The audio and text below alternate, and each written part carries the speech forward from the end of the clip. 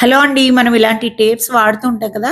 ఆ టేప్ ఎక్కడి వరకు తీసామనేది వెతుక్కోవడానికి టైం పడుతుంది. అలా కాకుండా ఇలా కట్ చేసిన తర్వాత వెనక్కి కొద్దిగా ఫోల్డ్ చేసి పెడితే నెక్స్ట్ తీసినప్పుడు ఈజీగా ఉంటుంది. టైం వేస్ట్ అవ్వదు. ఇంకా నెక్స్ట్ టిప్ అండి. ఇలాంటి టిక్ టాక్ క్లిప్స్ ఉంటాయి కదా! అవి పెయింట్ పోయినవని, పాతగా అయిపోయినవని పక్కన పడేస్తూ ఉంటాము. వాటిని కొత్తగా ఇలా డిజైన్ లాగా చేసుకోవచ్చనమాట. మంచి డిజైనర్ క్లిప్స్ లాగా చేసుకోవచ్చు. అలాగే పిల్లలకి పెట్టేవైతే ఇలా ప్లెయిన్‌గా ఉంటే వాళ్ళకి ఫ్రాక్ ఏ కలర్ ఉంది, డ్రెస్ ఏ కలర్ ఉందో ఆ కలర్ మ్యాచింగ్‌కి కూడా మనం ఇలాంటి పూసలు లాంటివి స్టిక్ చేసుకోవచ్చు.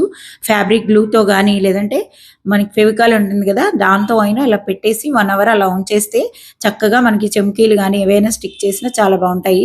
ఒకదానికి పర్ల్స్ పెట్టాను. ఇక్కడైతే చెమ్కీలు పెడుతున్నాననమాట. ఇవి లైటింగ్‌కి వాటికి కూడా పెట్టుకున్నప్పుడు చాలా చక్కగా మెరుస్తూ ఉంటాయన్నమాట. బావుంటాయి చూడటానికి కూడాను. మ్యాచింగ్ పెట్టుకోవచ్చు.